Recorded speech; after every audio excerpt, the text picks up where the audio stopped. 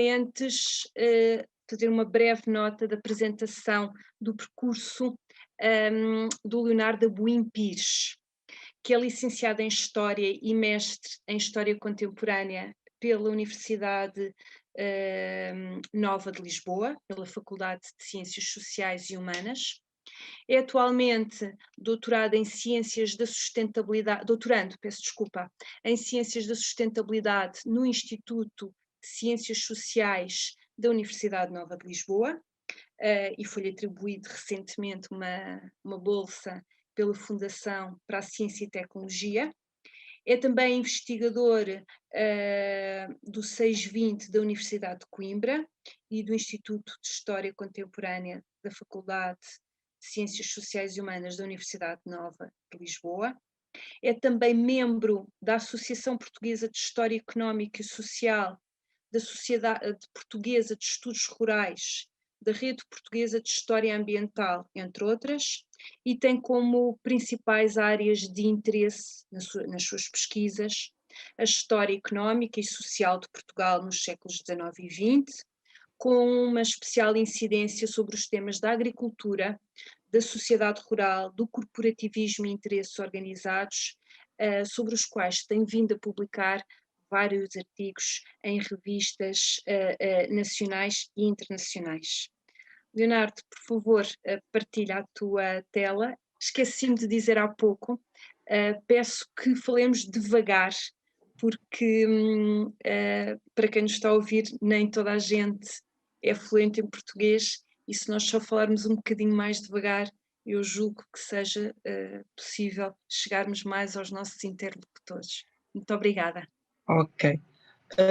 Portanto, vou então compartilhar a tela. Acho que já está em modo de apresentação. Ok, então já está. Bom, antes de mais quero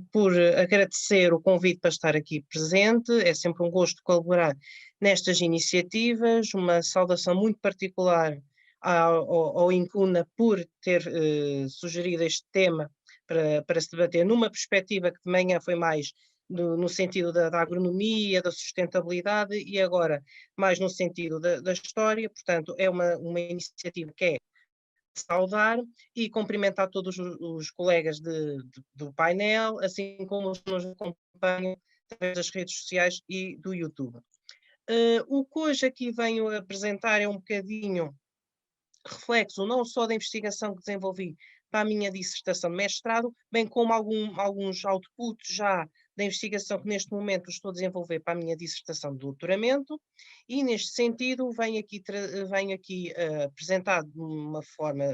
sumária o que é que foi o setor hortofrutícola do ponto de vista do seu tratamento industrial no período entre os anos 50, 60 e 70. Portanto, estamos aqui a falar do período do regime autoritário, do Estado Novo, e a grande preocupação em trazer hoje aqui é sobretudo ao nível da inovação, da tecnologia que está associada precisamente à questão da indústria das frutas e dos legumes, e nesse sentido o que hoje aqui vou apresentar vai ao encontro dessa problemática mais tecnológica e perceber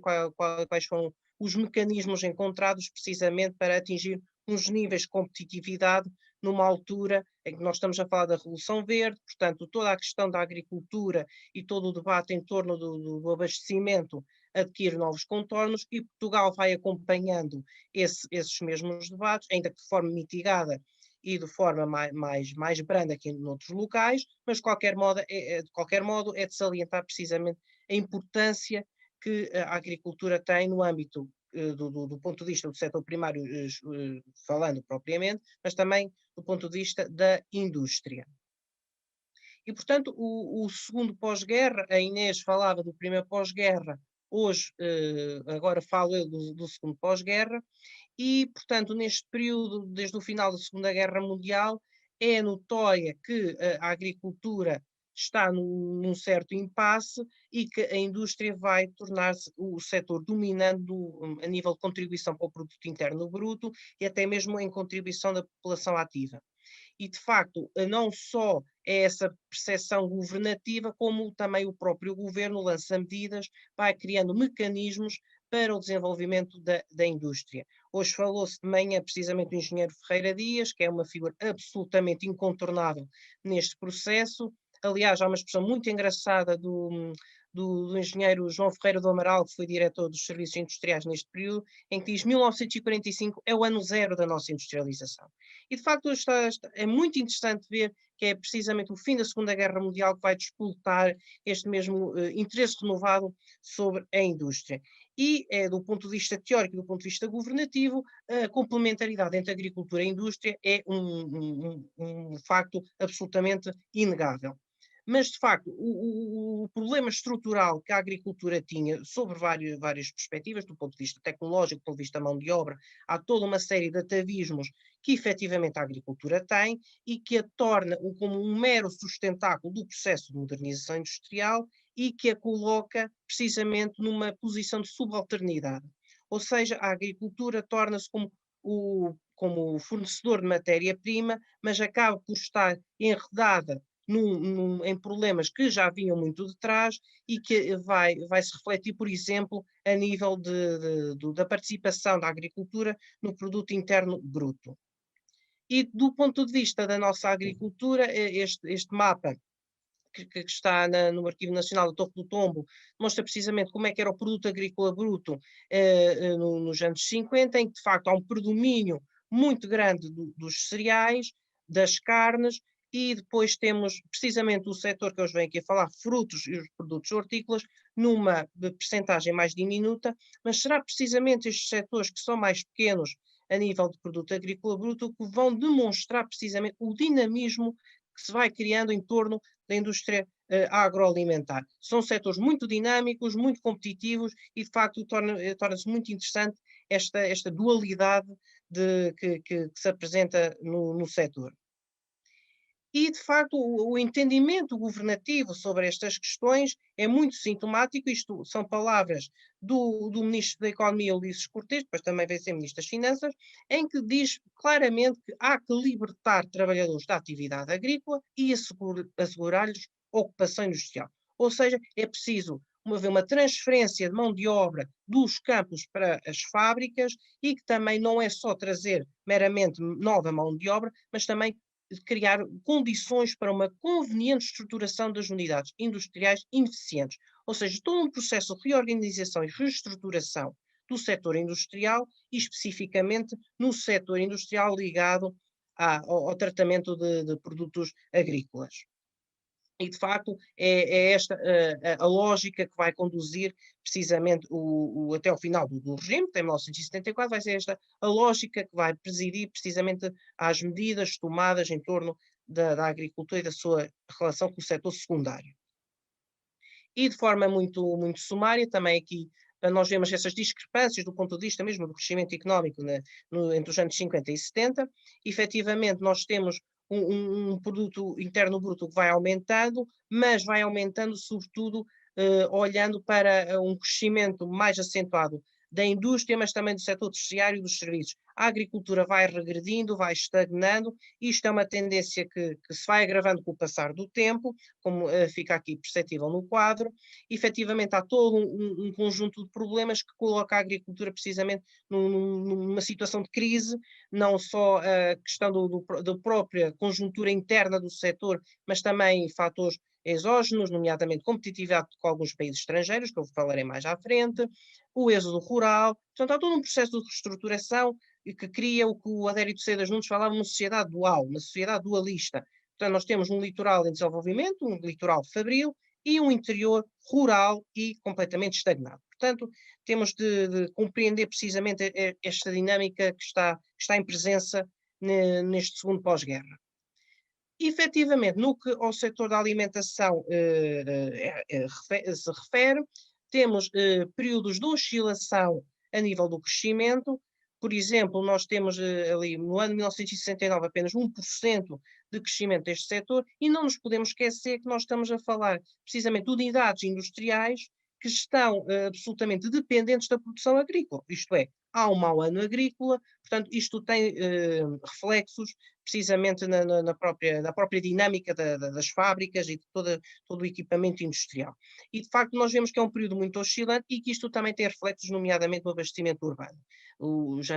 Final dos anos 60, 70, há toda uma problemática precisamente da questão do abastecimento urbano e há medidas precisamente em torno dessa questão, mas que efetivamente são sintomáticas de problemas que, lá está, como a Inês referia também, já vem ali dos anos 20 e que, não obstante algumas medidas, do ponto de vista estrutural, é um problema que vai persistindo ao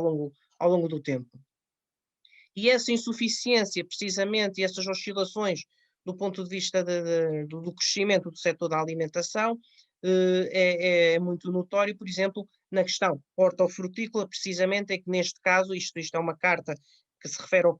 ao ano de 1972, em que a produção nacional de frutas tem sido insuficiente, e nomeadamente peras, pêssegos e alperces. E sendo a indústria, por exemplo, dos refrigerantes ou das conservas vegetais, que está a crescer neste período, efetivamente, quando nós temos uma produção agrícola que não fornece matéria-prima suficiente, acaba por se recorrer à importação e, neste caso específico, importou-se de Espanha precisamente as peras, os pêssegos e alperces para que fossem adquiridas pelas indústrias nacionais. Portanto, é este o nível que nós estamos aqui a observar, precisamente esta agricultura que não corresponde, não corresponde nem responde precisamente aos novos desafios que estão a ser colocados neste período. E, de facto, também do ponto de vista do entendimento governativo, é entendido que com o desenvolvimento da indústria alimentar, também poderia ser uma forma de motivar a modernização do próprio setor agrícola, nomeadamente o aumento da mecanização, e isso acontece. Isso acontece, há mesmo até a elevação dos salários nas zonas rurais, mas isto também vem muito do êxodo rural, não só para as cidades do litoral, mas também da própria imigração. Portanto, também a própria agricultura vai se reconvertendo, também tendo em vista esta questão da indústria, mas também com os próprios fatores endógenos que vão surgindo nas zonas rurais. E, de facto, do ponto de vista do patronato industrial, se assim poderíamos referir, de facto diz que só com uma maior diversificação é que se pode fugir precisamente esta questão da concorrência aguerrida, da competitividade, que então vai sendo cada vez mais significativa neste período a que falam. E essa competitividade reflete-se, sobretudo, ou se quisermos ter em conta um fator fundamental, é precisamente a questão dos equipamentos técnicos, da maquinaria que é utilizada precisamente nas indústrias, não só a introdução de nova maquinaria e de capital fixo neste período, mas também a reconversão das próprias unidades que já existiam. Ou seja, não é só construir de raiz, mas também é reconvertê-las e torná-las mais dinâmicas e que consigam corresponder precisamente aos problemas colocados. E socorrendo-me da leitura integral do Boletim da Direção-Geral da Indústria, mais tarde designada Direção-Geral dos Serviços Industriais, nós vemos que, e este gráfico só se reporta a fábricas, precisamente, que tratavam produtos hortofrutícolas, nós vemos que a instalação de maquinaria neste segundo pós-guerra é de facto muito tímida. Encontra-se até ali em 1950 mais pedidos, ou pelo menos um maior fluxo de pedidos, precisamente para a reconversão e introdução de maquinismos, mas efetivamente ao longo de quase todo o regime nós vemos que são unidades industriais, e isso a professora Fernanda Rola referia precisamente do Ferreira Dias, a dizer isto para a moagem de ramas, mas que se nós olharmos assim de uma forma mais estrutural e mais panorâmica, efetivamente há muitos setores do ponto de vista industrial que preferem intensificar a mão de obra ao invés de investir em maquinaria, e isso é muito evidente, por exemplo, neste setor hortofrutícola, ou de fábricas de tratamento de produção hortofrutícola, em que efetivamente ali em 5 anos temos vários pedidos, 1945-50, isto também vem ainda das consequências da economia de guerra do período da Segunda Guerra Mundial, e que até ao final o regime praticamente não se verifica, pelo menos no boletim e nos pedidos que chegava à Direção-Geral dos Serviços Industriais, não há quase interesse em investir em nova maquinaria. Pelo menos é isto que a documentação nos refere neste mesmo boletim. E, de facto, ao não haver investimento do ponto de vista da maquinaria, isso tem reflexos, nomeadamente, na formação bruta de capital fixo. E nós vemos que há ali períodos em que há um maior crescimento, e este quadro reporta-se precisamente a todo o setor da alimentação, bebidas e tabaco, portanto é um setor que do ponto de vista estatístico está sempre agrupado, e nós vemos que há ali um crescimento, ali por exemplo nos anos 60, no início dos anos 60, que efetivamente também advém do impacto da adesão de Portugal à EFTA, que é absolutamente um catalisador incontornável para o desenvolvimento de toda esta dinâmica industrial. E, efetivamente temos ali nos anos 60, mas depois vai crescendo já no período do marcelismo, também advém do próprios problemas do ponto de vista de estratégia mesmo, de estratégia governativa. É só com o Rogério Martins, com o Marcelo Caetano, já no governo, que efetivamente há uma nova política industrial que enfim, reconverte um bocadinho as prioridades que até aí tinham sido seguidas, e claro que isto tem reflexos do ponto de vista mesmo da dinâmica económica, e que aqui na questão da formação bruta de capital fixo, parece-me a mim que é muito evidente. E relativamente à estrutura laboral e produtiva portanto, deste setor, aqui no caso das conservas de frutas e produtos hortícolas, os dados só é possível coletar de forma concisa e muito detalhada a partir de 1966, mas que efetivamente demonstram não só um aumento de fábricas, mas curiosamente já ali no período final do regime já há uma oscilação, já há fábricas que encerram, já há outro tipo de setor que também está em desenvolvimento, portanto este é um setor que está sim um pouco a balancear. E então nós vemos que do ponto de vista dos operários também o número pouco ou nada aumenta, aliás até em certas situações ali passa para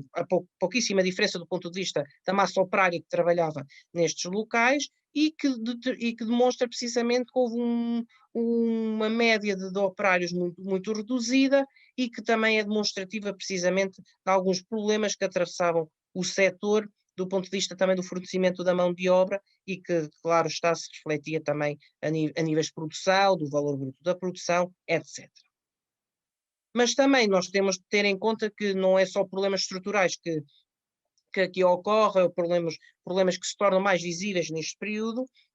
também há focos de inovação e focos de desenvolvimento tecnológico, e este mapa é muito interessante, é retirado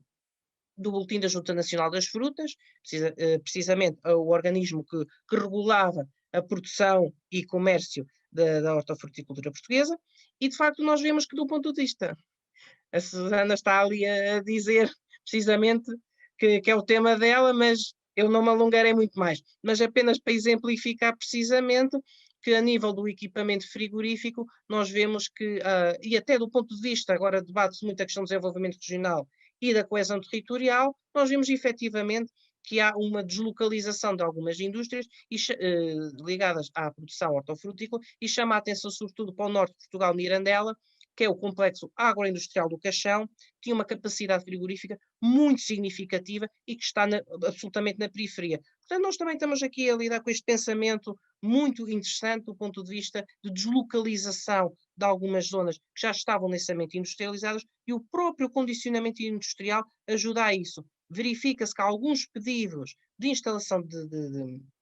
fábricas que são rejeitados precisamente porque já estão a ser feitos para zonas que já estão densamente industrializadas. Portanto, do ponto de vista do próprio governo ou das próprias instituições anexas ao governo, há essa ideia precisamente de disseminar um pouco mais a industrialização, e que isto também tem, do ponto de vista dos transportes e dos custos acrescidos da produção, claro, colocar uma fábrica junto a uma zona agrícola sairia muito mais barato do que colocá-la numa zona completamente distante do ponto de vista dos transportes e todos os custos que daí adivinham. E para exemplificar precisamente esta dinâmica do setor hortofrutícola, a produção de concentrado de tomate é muito, muito interessante. E de facto não é só ali com o período de EFTA que ela basicamente explode. Nós aderimos à EFTA em 1960, aliás somos membro fundador da EFTA, e de facto logo a partir de 1960 há um crescendo na produção, depois ali em 1961 há maus anos agrícolas, mas também há muita concorrência, nomeadamente com países do leste europeu e até de Israel. Portanto, nós estamos aqui a falar desta dinâmica internacional que efetivamente acaba por ter os seus reflexos na produção nacional. Nós vemos que o concentrado de tomate é precisamente talvez a indústria paradigmática dentro do setor hortofrutícola, é de facto a indústria que mais cresce, é a indústria mais dinâmica e que torna Portugal, a nível mundial, um dos principais exportadores de concentrado de tomate. Chegamos mesmo a ultrapassar a Itália, portanto, é de facto um setor muito interessante e muito importante também nesta altura. E de facto nós vemos que é precisamente a partir ali dos anos 60 que há um crescimento e nós se olharmos aos pedidos de instalação de fábricas para o tratamento do tomate, nós vemos que, por exemplo, em 1965 é mais de metade dos pedidos que chega à direção dos serviços industriais, à Direção-Geral dos Serviços Industriais. E, portanto, nós vemos efetivamente que é um setor dinâmico, um setor muito competitivo e consegue, de forma bem sucedida, atingir esses níveis de competitividade e, de facto, depois há ali um crescendo que advém precisamente por Portugal, nesta altura, quase jogava sozinho neste campeonato, mas efetivamente depois temos outros países, como eu referi há pouco, do leste europeu, onde tinha também mão de obra abundante e barata. De facto, nós vemos que Portugal, que o setor do concentrado de tomate cresce precisamente por problemas ou por dinâmicas próprias do setor, que outros países vêm replicar. Isto é, nós conseguimos crescer ali no período dos anos 60, porque tínhamos também uma mão de obra abundante e barata, e precisamente os países que nos vão fazer sombra e que vão concorrer diretamente connosco têm essas mesmas condições. O que é muito interessante observar precisamente já neste período final do regime e efetivamente depois em 1973, com o primeiro choque petrolífero e toda aquela crise económica que daí advém, também a própria economia portuguesa também sofre os seus abalos e que nem a estrutura do regime consegue também responder. Algumas notas mesmo conclusivas, só mesmo para terminar e para cimentar ideias. Portanto, houve facto, do ponto de vista da produção agrícola, uma incapacidade em certos momentos em fornecer matéria-prima e consequente consumo alimentar, também há essa questão. Ainda também que a melhoria tecnológica não foi considerada como prioridade, porque isso acho que ficou muito visível no gráfico que apresentei, e nesse sentido houve sim uma intensificação do trabalho, dada a existência precisamente de uma mão de obra muito barata e abundante, e que não houve precisamente uma melhoria da produtividade. É isto que se pode concluir do setor hortofrutícola neste período. E do ponto de vista mesmo da dinâmica própria portuguesa, que isto é, só em Espanha que nós tínhamos, é que existia um mecanismo parecido como o condicionamento industrial, que acabava de criar um mercado concorrencial imperfeito, portanto não correspondia àquele paradigma da economia do Adam Smith, portanto o mercado não estaria completamente autorregulado porque tinha precisamente esta mão muito visível do Estado, de invisível pouco ou nada tinha, era muito visível até, e criava precisamente este mercado concorrencial imperfeito, porque havia comportamentos que forçavam não só a adaptação de empresas e de indústrias, mas também que levava a que elas não fossem aprovadas, precisamente por aquele caso que eu referi da questão das áreas densamente industrializadas. Portanto, nós temos este nível de dualismos e de medidas que efetivamente acabam por não só condicionar, mas também às vezes acabam por promover a melhoria do setor. Então nós estamos a jogar nestes dois níveis e que é uma marca que vai permanecer precisamente até ao final do regime em 1974. E era isto que eu queria, portanto, hoje aqui trazer e estou absolutamente disponível a qualquer dúvida que me coloquem agora na parte do debate. Muito obrigada. Muito obrigada, Leonardo.